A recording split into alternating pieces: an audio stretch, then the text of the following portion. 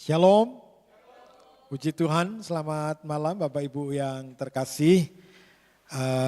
Terima kasih untuk kesempatan pada malam hari ini saya boleh bersama-sama Bapak Ibu sekalian dan boleh menikmati persekutuan pada malam hari ini. Sudah lama saya tidak ke sini, tahun berapa ya Pak Budi ya? Sudah lama sekali ya. Sebelum COVID.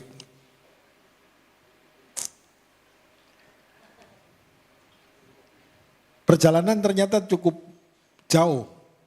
Dulu tidak selama ini, saya jalan tadi hampir 1 jam 20 menit. Ya, untung saya berangkatnya jadi ngepres. Itu saya hitung 1 jam 20 menit dari rumah. Ya, puji Tuhan. Saya masuk. Saya tidak lupa masuk ke sini. Ada banyak yang berubah. Ya. Dulu biasanya parkirnya kalau pakai motor di teras, kalau pakai mobil di pinggir-pinggir situ. Sekarang disuruh masuk ke seberang sana, puji Tuhan. Ya, saya masuk di ruangan ini hampir 100% berubah. Ya, puji Tuhan. Berubah semakin indah. Ya. Kalau tempatnya semakin indah harusnya ibadahnya harus semakin semangat. Ya kan? Semakin bersuka cita. Ya. Jangan kenikmatan yang sudah fasilitas yang sudah disediakan membuat kita semakin lemes gitu ya. Puji Tuhan. Ada banyak gereja, saya bulan Desember 1 minggu saya di Toraja. Setiap hari itu Natalan, ya. Karena banyak teman-teman GBT juga yang pelayanan di sana, jadi setiap malam itu Natalan, gitu. Nah, dengan tempat yang mungkin tidak semewah ini ya, tapi semangat mereka untuk beribadah itu luar biasa, ya. Musik juga luar biasa. Ya, sound system juga sudah enak, akustiknya juga sudah bagus. Ya, oleh sebab itu semua bisa semakin semangat untuk beribadah kepada Tuhan, untuk melayani Tuhan. Amin. Ya, puji Tuhan. Ada teman-teman lama yang masih ada teman-teman lama yang sudah nggak kelihatan. Ya, ada yang diceritakan Bu Vivi, ada yang sudah pulang duluan, ya pulang. Ya kita ini masih jadi musafir, ya belum waktunya pulang. Masih diberikan kesempatan untuk melakukan apa yang Tuhan kehendaki. Saya berapa lama Bu Vivi harus berbicara? 30 sampai 40 ya. Jadi saya bisa selesai 8:30 atau 8:30 lebih 5. Ya. Deal ya. Jadi selama saya khotbah kalau ada bunyi suara dering handphone saya tambah 10 menit. Ya. Tapi kalau saya 8:30 atau 8:30 lebih 5 belum selesai, Bapak Ibu bisa teriak sama-sama, turunkan dia gitu. Ya, jadi kalau sudah sepakat gini enak. Ya, sudah lihat jam, sudah enggak kusrek-kusrek karena janjinya waktunya tepat. Kita akan selesaikan. Ya, puji Tuhan, Bapak Ibu tidak perlu kenal siapa saya, yang penting saudara-saudara kenal siapa Yesus Tuhan. Gitu ya. Baik, mari saya diberikan tema bahasan pada malam hari ini, ya karena ini waktu yang berdekatan dengan Valentine, ya besok Valentine. Saya tidak bisa Valentine karena ternyata dipakai untuk rapat gitu ya. Waduh, ini Valentine kok rapat gitu ya. Lalu tanggal 17 Sintia ya. Imlek ini nuansanya sudah lampion-lampion dan warnanya merah-merah. Ya. Lalu juga memasuki masa menjelang Ramadan. Gitu ya. Menghormati saudara-saudara kita yang berpuasa.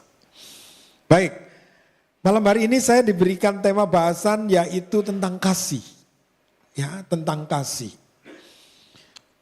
Seluruh Alkitab kalau disimpulkan dengan satu kata itu adalah kasih. Ya, satu Alkitab yang setebal itu ya, sepanjang itu kalau mau disimpulkan dari satu kata itu adalah kata kasih. Tidak ada kata lain yang bisa menyimpulkan seluruh Alkitab itu. Karena itu waktu orang-orang Farisi, ahli-ahli Taurat bertanya, apa isi hukum Taurat? Ya, yaitu kasih. Kasihlah Tuhan Allahmu dan kasihlah sesamamu. Dan saya ingin kita bersama-sama mengambil bacaan kita di dalam Yohanes pasal yang ke-15. Yohanes pasal yang ke-15, ayat yang ke-9, itu satu perikop ayat 9 sampai ayat yang ke-17. Ya, ayat yang ke-9 sampai yang ke-17.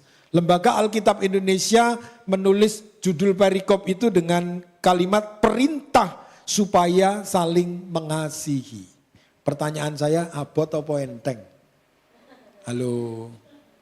Mengasihi itu abot apa enteng? Hah? Abot. Setuju abot? Nek setuju abot mulai aja wis. Abot Pak. Semua kalimat yang muncul abot. Nah Alkitab, Yesus, Yohanes mencatat bagaimana bisa kita diberikan kemampuan untuk mengasihi. Walaupun berat.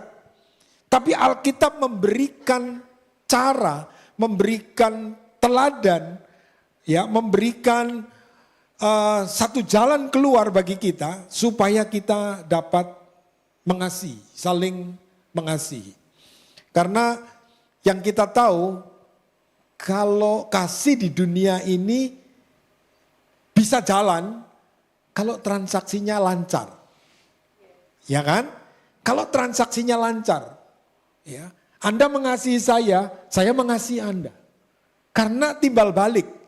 Tapi belum tentu, kalau kita tidak dikasih, belum tentu kita bisa mengasihi. Tapi Alkitab tidak mengatakan begitu. Justru pada saat kita dibenci, kita saat dimusuhi, dihina, dibenci dan lain sebagainya, kasihilah musuhmu. Wah itu berat sudah. Ya, dan itulah bedanya. Ya, bedanya bagaimana Tuhan memberikan perintah kepada kita untuk saling mengasihi. Bapak Ibu, ada dua bagian dari perikop ini, ayat 9 sampai ayat yang ke-17, yaitu di ayat yang ke-9, ya, mari kita membaca pertama di ayat yang ke-9 sampai ayat yang ke-12. Ayat 9 sampai ayat yang ke-12. Saya minta yang wanita baca ayat 9, ayat 10 yang pria. Bergantian, 11 dan 12 bergantian. Yang wanita dulu. Ayat 9, 2, 3. Seperti Bapa telah mengasihi aku, demikianlah juga aku telah mengasihi kamu. Tinggallah di dalam kasihku itu. Jikalau kamu menuruti perintahku, kamu akan tinggal di dalam kasihku seperti aku menuruti perintah Bapakku dan tinggal di dalam kasihnya. Semuanya itu kukatakan kepadamu, supaya sukacitaku ada di dalam kamu dan sukacitamu menjadi penuh. 12, inilah perintahku yaitu supaya kamu saling mengasihi seperti aku telah mengasihi kamu. Ini yang pertama Bapak Ibu. Bagaimana kita dapat mengasihi? Belajar dari hubungan antara Bapa dengan putra. Lalu antara putra dengan murid. Kalau Bapa dengan putra, siapa yang lebih dulu mengasihi? Kalau Bapa dengan putra, siapa lebih dulu mengasihi? Bapa mengasihi anak. Kalau putra dengan murid, siapa yang lebih dulu mengasihi? Halo? Putra. Ya. Jadi sebenarnya kalau kita ini punya kedewasaan, kita punya power, kita punya sesuatu yang lebih tinggi, kita harus lebih dulu mengasihi. Saya lihat statusnya. Kalau rumah tangga, suami dengan istri lebih tinggi mana? Lebih tinggi mana? Suami. Maka sebenarnya yang lebih dulu mengasihi siapa? Suami. Maka Alkitab mengatakan, hai suami-suami, kasihilah istrimu. Kalau orang tua dengan anak lebih tinggi mana?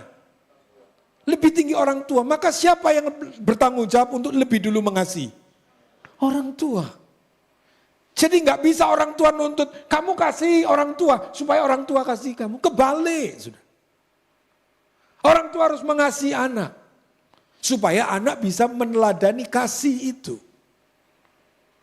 Dalam hubungan di gereja juga begitu. Pendeta dengan jemaat, mana lebih dulu mengasihi? Pendeta. Makanya jadi pendeta itu abot. Sudah. Ya, abot. Lalu jadi majelis, jadi pengurus dengan jemaat. Mana lebih dulu mengasihi? Ya majelisnya, pengurusnya. Lebih mengasihi jemaat. Ini hierarki yang ditunjukkan supaya kita belajar siapa yang harus lebih dulu mengasihi. Ya, jadi hubungan antara bapak, putra dan murid. Putra belajar dari kasih bapak. Maka dia mengatakan, Bapak telah mengasihi aku. Demikian juga aku telah mengasihi kamu.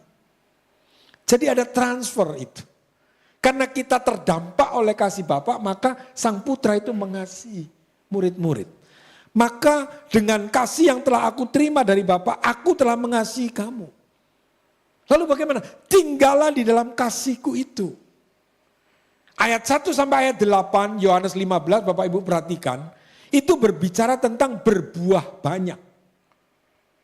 Bagaimana orang berbuah banyak? Melekat pada pokok anggur. Ya, melekat pada pokok anggur. Lalu nanti ada kalimat yang mengatakan, mintalah apa saja, maka aku akan memberikan kepadamu. Permintaan untuk apa? Permintaan untuk berbuah. Itu pohon apa sudah? Di dalam ilustrasi itu pohon apa? Pohon anggur. Kalau pohon anggur, cabang lalu ranting. Rantingnya itu berdoa supaya dapat berbuah. Buahnya apa? Anggur. Itu yang benar. Jadi Pak, kenapa berdoa bisa salah dan bisa berdosa ya? Karena Anda ini ranting pohon anggur, mintanya buah duren. Ini kenapa doa itu tidak kemudian dijawab oleh Tuhan. Mintalah kepadaku apa saja yang kamu kehendaki, maka aku akan memberikan kepadamu. Doa sebuah ranting dari pokok anggur. Mintanya berbuah anggur. Bisa berbuah lebat lebih banyak. Tapi buahnya tetap anggur. Tuhan ben keren di antara rangkaian anggurku itu mbok kasih kelengkeng 1, 2, jadi kan antik. Ini orang Kristen yang nyeleneh begini. Makanya Tuhan diklaim. Ya, saya klaim gitu ya. Janji Tuhan, minta apa saja dipenuhi. Loh, klaim itu bayar asuransi dah. Ya kan? Orang enggak bayar premi mau klaim. Mintanya buah anggur. Abide him, abide me. Menempel, melekatlah kepadaku maka engkau akan berbuah. Kalau engkau tidak melekat, engkau akan mati. Kalau engkau berbuah, buahmu itu palsu. Maka tidak banyak orang Kristen bertahan lama. Karena sebenarnya buahnya itu buah palsu. Kalau dia mengasihi, transaksional. Supaya aku dikasihi. Jadi bukan menabur, kasih itu bukan menabur. Kasih itu adalah menuai dari apa yang sudah ditabur oleh Tuhan. Ya, jadi bukan aku mengasihi supaya aku dikasih. Aku mengasihi karena. Kekristenan itu harus ngomong karena. Bukan supaya. Kalau aku memberikan persembahan karena aku telah diberkati oleh Tuhan. Bukan supaya aku diberkati. Tidak. Hidup ini adalah saluran berkat. Saluran kasih. Dan lain sebagainya. Kita menjadi alat Tuhan. Ya, kita menjadi alat Tuhan. Jadi kalau kita tidak mengalami kasih dari Tuhan, tidak menikmati kasih dari Tuhan, ya. Tahun yang lalu saya beri tema tahunan yaitu experience the good and beautiful God. Bagaimana jemaat kita orang Kristen harus mengalami Tuhan yang baik dan indah. Dan tahun ini enjoy the good and beautiful life. Bagaimana kita mengalami Tuhan yang baik dan indah itu, kalau sudah punya pengalaman itu, maka kita bisa menikmati hidup yang baik dan indah. Kalau tidak mengalami Tuhan yang baik dan indah, jangan pernah berharap Anda bisa menikmati hidup yang baik dan indah. Isinya apa? Orang Surabaya, ngersulo. Tahu saudara ngersulo? Itu angel terjemahan bahasa Inggrisnya angel sudah. Saya cari ngersulo ini bahasa Inggrisnya apa ya? Ada yang pintar bahasa Inggris? Apa? Apa itu ngersulo? Angel toh? Pokoknya itu sudah. Ya, isinya itu ngersulo. Tidak pernah bersyukur, bersungut-sungut. Maka harus punya pengalaman dengan kasih Bapa. Yesus yang adalah Tuhan. Dia mengatakan, seperti Bapa telah mengasihi aku, maka demikianlah aku mengasihi kamu. Tinggallah di dalam kasih. Itu yang diminta. Maka di ayat yang ke-12 tadi, ya, di ayat yang ke-12 tadi, perhatikan ya, inilah perintahku. Apa saudara? Yaitu supaya kamu saling mengasihi. Bagaimana bisa? Kalimat selanjutnya menjadi kata kunci. Seperti aku telah mengasihi kamu. Kamu harus saling mengasihi. Bagaimana bisa? Seperti aku telah mengasihi kamu. Pengalaman telah dikasihi Kristus Sang Putra. Punya enggak? Pengalaman dikasihi Kristus punya enggak? Ini persoalannya. Dan banyak orang kehilangan relasi dengan Kristus. Karena tidak punya relasi, maka tidak punya pengalaman bahwa Kristus itu telah mengasihi kita. Itu poinnya. Makanya kenapa gereja itu harus menyuarakan kasih Kristus. Mimbar itu harus berbicara tentang kasih Tuhan. Yang itu terus menerus harus didengarkan di gereja. Supaya orang punya pengalaman. Kapan Tuhan mengasihi kita? Sudahkah Tuhan mengasihi kita? Sudah diingatkan sebentar lagi memperingati Paskah. Kasih itu sudah dinyatakan, didirikan di atas bukit Golgota. Yaitu dia tersalib untuk menyatakan kasihnya kepada kita. Kalau itu tidak dijadikan pengalaman kita, maka kita masih bertanya, kapan Tuhan mengasihi aku?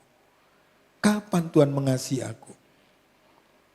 Saat Tuhan mengatakan, dosamu sudah diampuni. Hidup kekal adalah jaminan bagi kita. Jadi kita menjadi orang yang merdeka, menjadi orang yang dimenangkan, menjadi orang yang dikasihi oleh Tuhan. Maka kita dimampukan. Maka pengalaman itulah. Ya, maka cerita Tuhan Yesus, satu cerita bagaimana seorang yang punya hutang 10.000 talenta. Kemudian dia menghadap raja dan raja itu memberikan pembebasan. Hutangmu sudah dibebaskan. 10.000 talenta. Baru keluar ketemu dengan orang yang berhutang cuma 100 dinar. Atau 100 talenta. 10.000 dengan 100 bedanya jauh banget. Lalu orang yang tidak mau bayar itu istrinya, anaknya diambil, kamu harus bayar dulu, disandra, kamu harus bayar dulu utangmu 100. Dia utang 10.000 dibebasin. Orang cuma punya utang 100. Maka waktu raja itu mendengar, dia marah, ambil lagi orang itu. Suruh lunasi utangnya 10.000 talenta. Kalau tidak, dia tidak akan dibebaskan. Kita punya utang, dosa, yaitu maut. Kita sudah diselamatkan oleh Tuhan. Berapa banyak kita membenci orang lain yang menyakiti kita, melukai kita dan kita tidak mau mengampuni. Hanya perkara kecil. Ya kan? Hanya perkara kecil. Perkoronan gereja liwat gak disopo, ditenono kan. Gitu ya, ditenono kan. Gitu ya. Waduh, bisa macam-macam. Jadi sama seperti aku mengasihi kamu, begitulah kamu harus saling mengasihi. Tinggallah di dalam kasih. Di dalam kasihnya. Ya. Tinggallah di dalam kasihnya. Jadi tinggal di dalam kasih adalah hubungan yang tetap melekat. Maka digambarkan sebagai ranting yang melekat pada pokok anggur. Melekat kepada kasihnya. Ya, jadi inilah adalah sebuah perintah Tuhan. Baik. Bagian yang kedua, setelah kita menerima pengalaman kasih Tuhan, pengalaman kasih Kristus dalam hidup kita, itu kekuatan. Yang kedua, yaitu di ayat yang ke-13. Kita lihat di ayat yang ke-13. Kasih yang terbesar bisa disebut kasih. Itu kalau dikatakan apa? Tidak ada kasih yang lebih besar daripada apa, saudara? Kasih seorang yang memberikan nyawanya untuk sahabat-sahabatnya. Saudara-saudara, kasih yang diberikan oleh Tuhan itu merubah status kita. Ya, dulu yang adalah hamba, saudara yang adalah budak dosa, hamba dosa, ditebus oleh Tuhan menjadi umatnya, bukan hanya menjadi umatnya, tapi Tuhan mengatakan apa? Menjadi sahabat-sahabat. Luar biasa. Kalau sahabat itu bisa bicara dengan nyaman, bisa mengutarakan segala sesuatu tanpa ada sesuatu yang mengganjal. Siapa yang datang kepada Tuhan masih ewoh pekewoh gitu. Aku datang sama Tuhan, Tuhan denger enggak ya? Aku kalau datang sama Tuhan diterima enggak ya? Sahabat yang tidak pernah menolak apapun keluhan sahabatnya, yaitu pribadi Yesus. Dia tidak pernah menolak apapun yang kita alami saat ini. Dia tetap dengan tangan terbuka, dengan hati terbuka. Datanglah kepadaku, kamu yang letih, lesu, dan berbeban berat. Aku akan memberikan kelegaan kepadamu. Konsep kita kan enggak, waduh aku lihat babak belur, ceremot kabeng ini, mana Tuhan mau. Firman Tuhan tidak mengatakan, datanglah kepadaku kamu yang sedang baik-baik. Datanglah kepadaku kamu yang sedang bersih. Kamu yang sedang, enggak. Datanglah kepadaku kamu yang berantakan.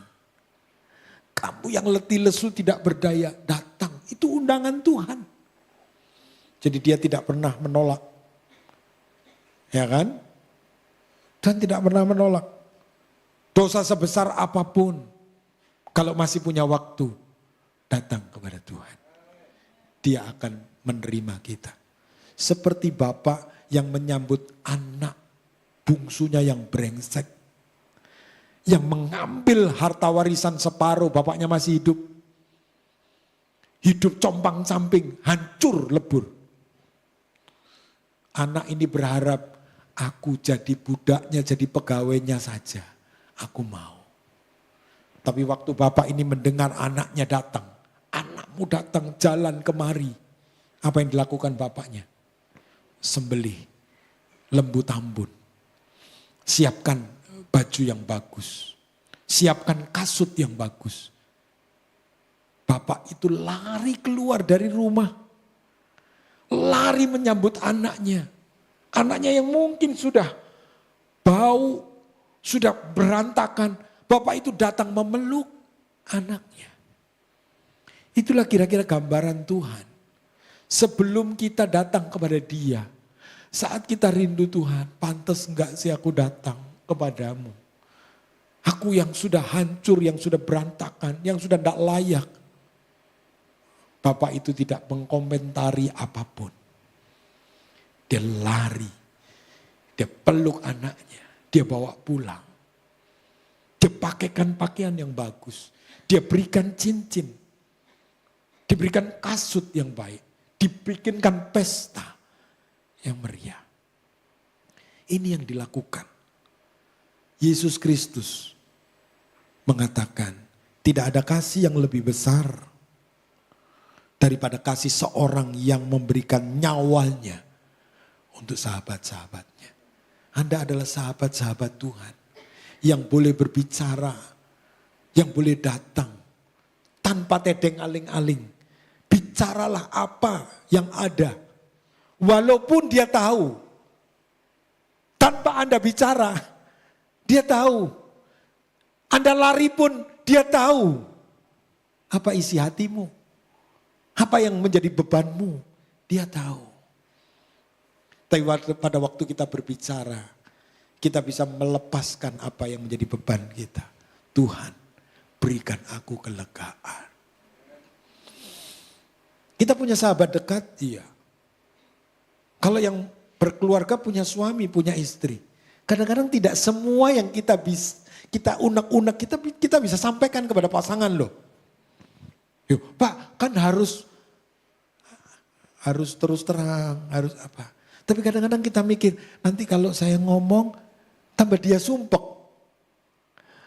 Tambah dia beban. Kadang-kadang beban pengembalaan itu beban berat banget gitu ya. Istri sudah capek, mau diceritain, jangan. Ya toh, mesane. Kadang-kadang kan begitu. Tapi dengan Tuhan, kita diberikan kelegaan. Jangan mengatakan, jangan sok-sok gini, baik-baik hati. Enggaklah, nanti Tuhan sumpek. Tak sambati nanti Tuhan punya beban. Enggak, Tuhan tidak pernah terbeban. Dia yang mengundang kita untuk datang.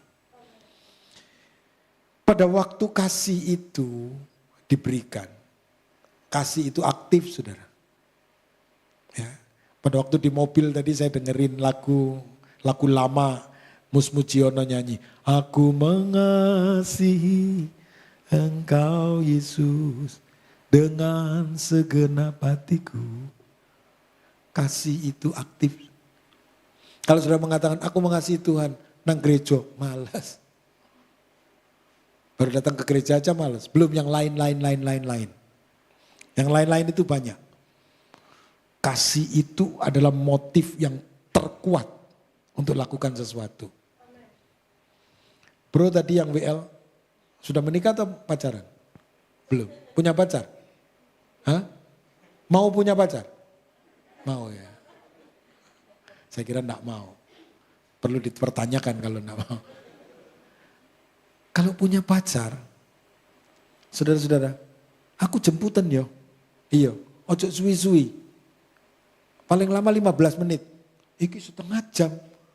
Jalanan macet. Ya apa? Ya wes siap. 15 menit sasak aja. Kenapa? Karena kekasih. Karena cinta. Coba kalau sudah kawin 5 tahun. Pak aku jemputan yo. Sik suwi ta. Ya wis mari 15 menit menela. Ngomong gak mau-mau.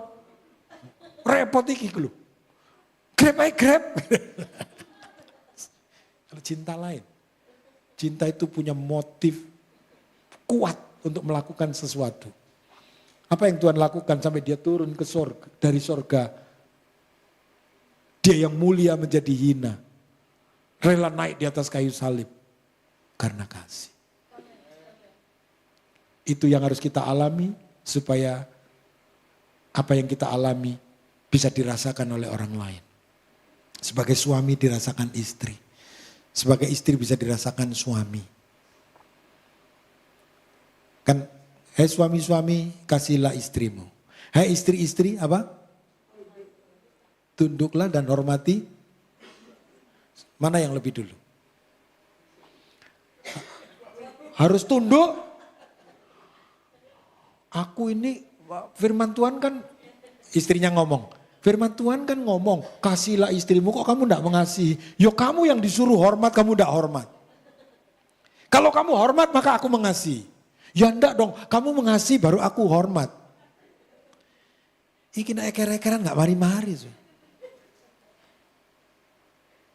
Tuhan mengatakan lakukan apa yang menjadi tugasmu.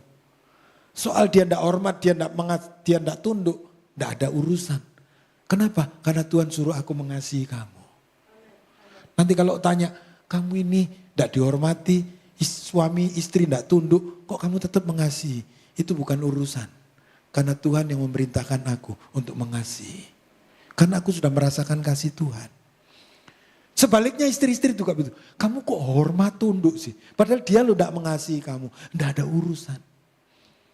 Karena dari awal Tuhan sudah mengatakan, hai istri-istri, tunduklah dan hormati suamimu. Ini tidak bisa terjadi kalau nikah itu nikah tangkepan. Menikah itu harus dipersiapkan, ada konseling pranikah. Supaya dikasih tahu. Ya, saya selalu mengatakan, kalau pacaran tidak usah dirohani-rohanikan. Pacarmu gimana? Oh baik-baik pendeta. Ada yang jengkelin enggak dari hidupnya? Ada yang enggak seneng enggak dari pacarmu? Ada. Kalau ada yang buat kamu enggak seneng, sanggup enggak kamu hidup? Ya pendeta tolong dong doakan supaya dia berubah. Saya enggak mau. Saya enggak mau. Pertanyaan saya, kalau dia enggak berubah, kamu mau enggak hidup dengan dia? Waduh berat pendeta. Pikirkan sekarang, mumpung belum tangan pendeta memberkati. Pikirkan sekarang. Pacaran, break. Tidak apa-apa. Daripada, tidak apa-apa pendeta. Tak coba doa puasa 5 tahun. 5 tahun gak berubah, gembuk sudah. Ya. Yang suami istri sudah tidak boleh. Ya, karena menganut hukum keterlanjuran. Habis kadung Pak Pendeta. Tukar tambah oleh gak ono sudah. Tokonya gak ono. Makanya sebelum menikah pikir baik-baik.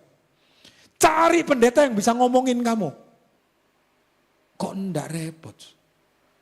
Makanya saya paling agak kesel. Agak setengah hati. Kalau konseling itu 2 bulan depan mau menikah. Fitting sudah selesai. Uang gedung sudah dibayar 50%. Konsumsi apa itu? Resepsinya sudah dibayar 50%. Ini dibatalin ya apa caranya? Maka saya bilang sama jemaat, kalau anakmu konseling sama saya lalu bubar, jangan salahkan saya.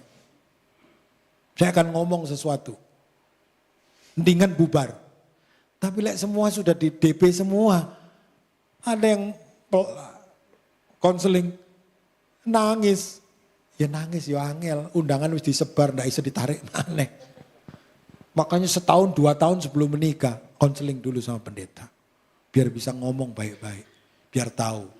Kalau enggak ya kamu masuk dalam hukum keterlanjuran. Wis diberkati ya apa maneh. Gitu sudah. Ya. Jadi kasih itu yang kita terima, kita rasakan. Kasih itu harus aktif. Ya. Enggak bisa bilang sayang saja. Ya. Tapi kan cuman wanita itu walaupun sudah setengah mati melakukan sesuatu suami. Tapi kalau enggak diomong sayang ada yang kurang loh. Betul enggak? Ya kan? Ya, karena saya tahu wanita itu dipuaskannya di telinga. Ya kan? Dipuaskannya di telinga. Hambok dia apa no?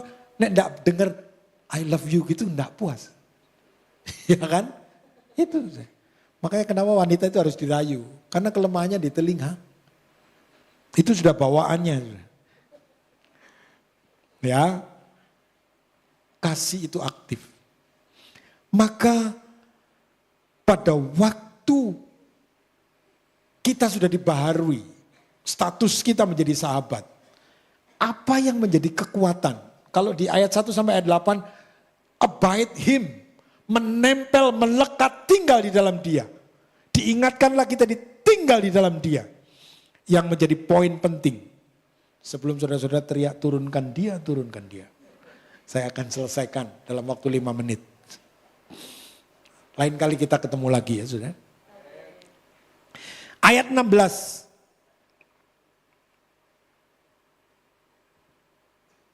Ayat 16. Mari sama-sama baca. 2, 3.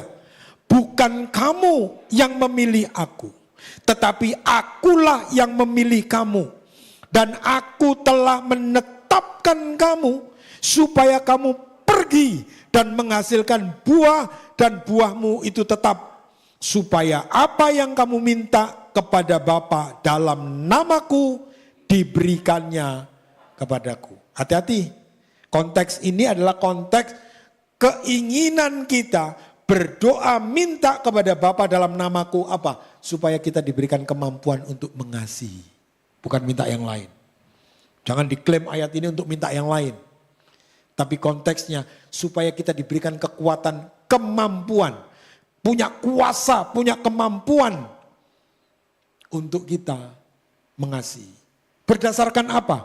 Berdasarkan penetapan Tuhan. Aku yang memilih kamu. Aku yang memilih kamu. Aku telah menetapkan kamu. Supaya apa? Supaya kamu pergi dan menghasilkan buah dan buahmu itu tetap. Tuhan sudah memanggil kita. Tuhan sudah memilih kita. Kasih tahu sebelah-sebelahnya. Kamu ini dipanggil Tuhan, ditetapkan Tuhan. Untuk apa? Untuk berbuah. Ya, untuk berbuah. Jadi inilah yang diminta oleh Tuhan. Ya, satu ayat lagi yang menolong kita, ya, bahwa kasih Kristus yang sudah diberikan, yang dia sudah lakukan, untuk apa? Dia memanggil kita untuk berbuah, iya. Dia memanggil kita untuk kita pergi, kita diutus. Ulangi ayat 11 kita baca. Dan kita akan akhiri. Ayat 11. 2, 3. Semuanya itu kukatakan kepadamu supaya sukacitaku ada di dalam kamu. Dan sukacitamu menjadi penuh. Bapak Ibu, ini satu tanda, satu indikasi. Apakah saudara sudah mengasihi dengan tulus? Kalau Anda punya sukacita. Kalau Anda melakukan, aku lakukan kok dengan kasih, tapi masih gerundel. Itu bukan kasih yang sejati. Ya, makanya jangan mabuk rayuan, I love you. Benarkah kamu mengasihi aku? Benarkah kamu punya sukacita saat kamu melakukannya? Bukan dengan terpaksa. Ini indikasinya. Aku melayani Tuhan karena aku mengasihi Tuhan. Ada enggak sukacita? Pada waktu kamu tidak dihargai, tidak dihormati, dan lain sebagainya. Masihkah kamu melakukannya dengan sukacita? Kalau tidak, koreksi. Kembali belajar kepada Bapa, kepada Kristus. Pengalaman kasih yang diberikan. Maka kalau tidak ada sukacita, kita perlu evaluasi kembali. Mari tundukkan kepala kita berdoa. Kami menaikkan segala ucapan syukur kami kepada Tuhan. Karena Tuhan begitu baik. Bukan karena kami kuat, bukan karena kami mampu, sehingga Tuhan memerintahkan kami untuk saling mengasihi. Kami manusia yang lemah, yang terbatas, yang egois. Tetapi dimampukan untuk bisa saling mengasihi. Karena kami punya pengalaman kasih Tuhan yang begitu sempurna. Tuhan sudah berikan di dalam hidup kami. Kasih-Mu yang sudah Engkau nyatakan dengan memberikan nyawa-Mu bagi kami di atas kayu salib. Berikan pertolongan. Yakinkan kami melalui kebenaran firman-Mu. Firman-Mu yang berkata, bukan kamu yang memilih aku, tetapi akulah yang memilih kamu. Aku menetapkan kamu dan mengutus kamu pergi untuk menghasilkan buah. Dan buah kasih-Mu itu tetap. Supaya sukacitaku itu memenuhi sukacitamu. Terima kasih. Berkati anak-anak-Mu. Berkati gereja-Mu. Terlebih berkati Bapak Ibu Gembala. Seluruh pengurus yang ada. Pertolongan Tuhan. Terus Tuhan nyatakan. Berkati gereja ini. Kuatkan. Biarlah kasih itu terus menggema. Kasih Tuhan menjadi pengalaman yang terindah. Yang mengiang di dalam kehidupan kami dimanapun kami berada. Karena sungguh kasih-Mu yang terus meluap. Yang kami alami dalam hidup kami. Sehingga kami dimampukan untuk saling mengasihi. Terima kasih Tuhan. Terima kasih. Kami mengucap syukur, kami berdoa di dalam nama Tuhan Yesus Kristus. Amin. Tuhan memberkati.